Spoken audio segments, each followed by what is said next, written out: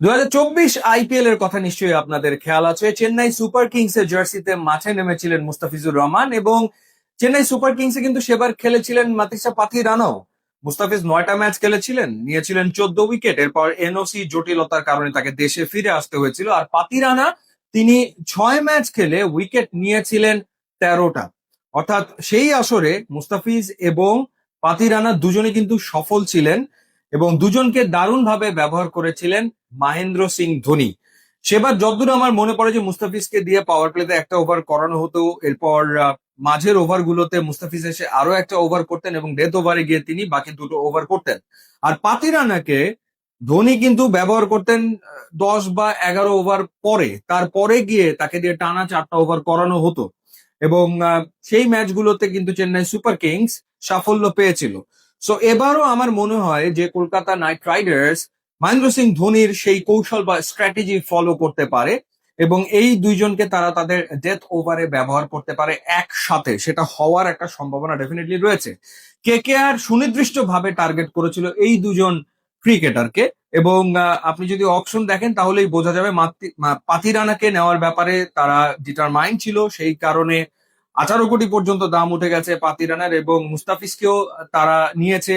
প্রথমে দিল্লি এবং Chennai super Kings fight করার পর কেকেআর জয়েন করেছে এবং তারপর তারা 9 কোটি 20 লাখ রুপিতে মুস্তাফিজকে দলে নিয়েছে। সুতরাং এই দুজনকে নিয়ে তাদের স্পেসিফিক প্ল্যান আছে।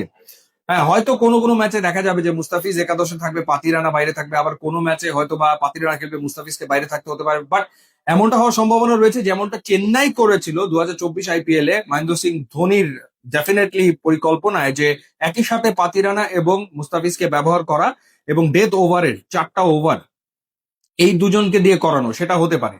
যদিও পাতিরানা লাস্ট সিজন সিএসকে তে খুব একটা ভালো কাটেনি, তিনি 12 ম্যাচে 13 উইকেট নিয়েছেন, ইকোনমি ছিল 10-এর ওপরে, 32টা হোয়াইট বল তিনি লাস্ট সিজনে করেছেন। বাট দেন এগেইন আমার মনে হয় যে তাকে নিয়ে কেকেআর এর একটা প্ল্যান তো আছেই। এছাড়া তাদের যে বোলিং লাইন আপ সেইখানে সুনীল নারিন তো রয়েছেনই, সাথে বারুণ চক্রবর্তী রয়েছেন, দুজন একেবারে টপ ক্লাস স্পিনার তো রয়েছেন। ক্যামেরন গ্রিনকে তারা রেকর্ড পারিশ্রমিকে দলভুক্ত করেছে। এছাড়া হর্ষিত রানা রয়েছেন, অর্থাৎ হর্ষিত রানা, পাতিরানা, মুস্তাফিজ, 3জন ফাস্ট বোলার, ক্যামেরন গ্রিন 4, এর সাথে সুনীল নারিন এবং বারুণ চক্রবর্তী, এই হচ্ছে 6 হতে পারে। এরপরেও তো বিভিন্ন ম্যাচে বিভিন্ন কম্বিনেশনে তারা আসলে খেলবে এবং সেই অপশন গুলো তাদের ডেফিনেটলি রয়েছে।